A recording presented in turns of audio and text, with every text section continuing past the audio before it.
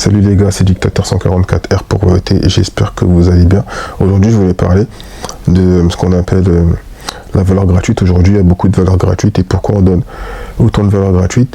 Et je pense que c'est une métrique à comprendre si tu veux performer dans le business et évoluer et faire plus d'argent. Ça, c'est un truc que j'ai compris, que j'implémente et qui me permet, moi, d'agir en conséquence et de pouvoir aussi chiffrer sans forcément devoir m'exposer. Ok, et dans ce blog que j'étais en train d'écrire, je disais quoi? Aujourd'hui, les experts donnent énormément de valeur gratuitement via des contenus, des frameworks, des plans et des méthodes. Ok, au début, ça paraît contre-intuitif parce qu'on se dit quoi? Si je te donne ce que je sais, tu peux faire comme moi et me prendre une part du marché. Ça, c'est ce qu'on pense. Mais en réalité, qu'est-ce que eux ils se disent? C'est que la majorité des gens ne passeront pas à l'action. Et c'est sur ça que tu vas appuyer c'est là que tu vas appuyer pour faire mal. Ils consomment de la connaissance pour savoir et pas pour faire. C'est des gens qui sont passifs à la vie et pas actifs à leur propre vie. Donc, les experts ne cherchent pas des exécutants, mais des chercheurs de savoir, des consommateurs de clarté, des gens qui veulent juste la formation. Et la vraie métrique n'est pas combien tu sais, mais c'est est-ce que la valeur que tu prends, tu l'appliques immédiatement, sinon elle ne te sert à rien. Et plus tu consommes de la valeur sans agir, et plus tu développes un besoin supplémentaire de devoir apprendre de la valeur qui ne te servira finalement à rien, et tu vas te retrouver dans une boucle infinie qui ne s'arrêtera jamais parce que tu vas tout le temps chercher plus. Mais tu cherches quoi au final, vu que tu ne passes jamais à l'action? Et tu montes dans ce qu'on va appeler une escalade de la dépendance. Tu vois, tu dépends de quelque chose que tu penses qui te fait grandir, alors que tu ne grandis pas finalement grâce à ça. Les gens, ils veulent quoi? Un plan, un outil, un conseil, de la validation, de la supervision. Mais ça, c'est bête parce que dans la finalité, tu ne vas jamais chercher l'exécution seule. Tu ne vas jamais chercher l'exécution seule. C'est pas bon. Et la valeur consommée devient juste une fin en soi et pas un moyen d'atteindre son objectif. Et le biais psychologique central, c'est la confusion du savoir. Ok? La confusion du savoir. L'illusion du progrès par l'information. Ton cerveau, il va recevoir une information utile. Donc, il va déclencher un pic de dopamine pour la compréhension que là, tu es en train de produire et la valeur que tu portes à cette information à laquelle tu mets de l'estime. Donc il va interpréter ça comme une avancée réelle dans ta vie. C'est une illusion de l'évolution. C'est quelque chose où on va te faire croire que tu es en train de travailler alors que tu ne travailles pas réellement. C'est des illusions pour te conforter dans ta médiocrité. Et comprendre, ça ne veut pas dire que tu changes. Savoir, ça ne veut pas dire que tu es en train de faire. Et la clarté mentale, ce n'est pas des transformations concrètes. Tu ressens une satisfaction sans friction, donc sans risque, et donc tu ne vas pas passer à l'action. Et l'action, c'est un point central dans l'évolution d'un être humain, parce que savoir c'est bien, changer son mindset aussi c'est bien, mais dans une finalité, il faut des actions, et l'action c'est de l'énergie qui est en train d'envoyer pour faire quelque chose. Quelqu'un qui ne bouge pas, quelqu'un qui est inerte, ben il meurt. Et pourquoi les experts peuvent donner sans perdre? Quand je parle d'expert, je parle de quelqu'un que tu estimes légitime pour t'apporter une réponse à ce que tu es en train de chercher à l'instant T. C'est ça un expert. Par exemple, pour des gens, je peux être un expert dans la recherche de ce qu'ils sont en train de chercher actuellement parce qu'ils aiment bien ma manière d'être, comment je suis simple, comment je parle, comment je me positionne face à la caméra par exemple. Donc pour eux, je peux être un expert dans ce que je présente en général sur ma chaîne YouTube par exemple. Ok, un expert, c'est pas forcément un expert au sens des études. C'est pas la même chose. C'est selon la perception de chacun. Ok. Et les experts, ils ont compris 3 trucs majoritaires que la plupart ignorent. C'est que la vraie clé de la connaissance, c'est la discipline, l'inconfort. Ok. C'est sortir de sa zone confortable. Il faut se forcer à sortir de sa zone confortable.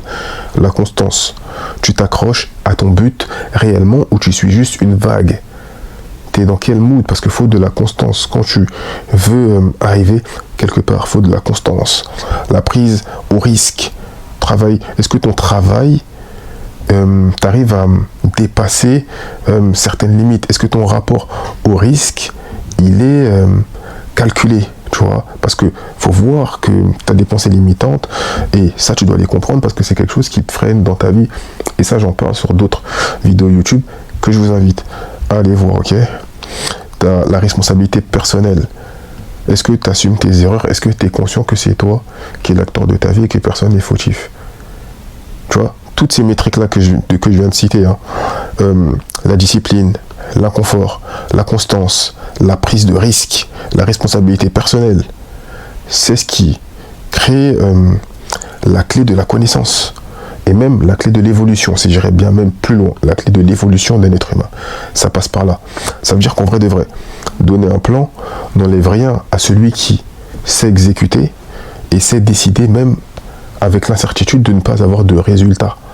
Tu sais, cette case vide que tu dois remplir et qui te stresse, parce que si tu foires ce que tu es en train de faire, ben, tu peux niquer ta vie, ou tu peux la réussir. Et elle est très stressante, et c'est aussi cette peur qui peut immobiliser beaucoup de gens. Ok, tu as aussi ce qu'on va appeler la symétrie à l'action. Ok, la symétrie action information. Ça désigne le déséquilibre structurel entre la facilité d'accéder à l'information, ça on est d'accord, et la difficulté réelle à passer à l'action. Et ça, c'est un autre facteur sur lequel on peut jouer. Par exemple, sur 100 personnes qui consomment un contenu, 90 vont le consommer, 9 vont réellement le comprendre, et une personne va réellement passer à l'action. Ici, on ne va pas craindre le 1%, parce que ce 1%-là, il va soit devenir un partenaire, ou soit il va devenir un client avancé. Avec le temps, tu pourras potentiellement travailler avec lui, parce qu'en fait, en te suivant, en écoutant tes conseils et la valeur importante que tu es en train de lui donner, tu le formes, et il va avoir une forme de reconnaissance envers toi. Ou soit il est déjà sur un autre marché, ça veut dire l'information qu'il vient prendre chez toi, ben, vient l'implémenter dans son marché. Ça veut dire qu'en vrai de vrai, tu n'es peut-être pas utile à l'instant T pour lui, mais il va prendre ce que tu lui donnes et l'implémenter ailleurs, ok? Et là, en gros, donner la valeur, ça va agir comme un filtre. C'est pas de la générosité naïve, c'est un système de tri. Ceux qui veulent savoir restent. Ceux qui veulent faire montent de niveau, donc paient ou s'engagent. Tu vois, c'est là le piège. C'est que ceux qui veulent savoir, ils vont rester. On est d'accord? Mais ceux qui veulent faire et monter en compétence, parce que la valeur que tu apportes, tu vas mettre en place certains leviers pour, par exemple, tu vas diviser ta valeur. Tu vas donner un peu de valeur, un peu de valeur, un peu de valeur, et ensuite, tu as de la valeur payante. Et tu vois, il y en a, ils vont payer ou s'engager, parce que ce que tu es en train de produire dans leur vie, bah, ils considèrent que c'est un changement profond. Donc oui, je dois m'engager encore plus. Oui, je dois payer, tu vois. Et ça, c'est des techniques utilisées pour appâter certaines personnes. Tu vois, faut être vif d'esprit, les gars. Je vous ai dit, hein, l'information, elle est partout. Et les intéressés de connaissances, les intéressés de business, ils vont chercher les choses. Ils n'attendent pas que ça vienne à eux. Ok?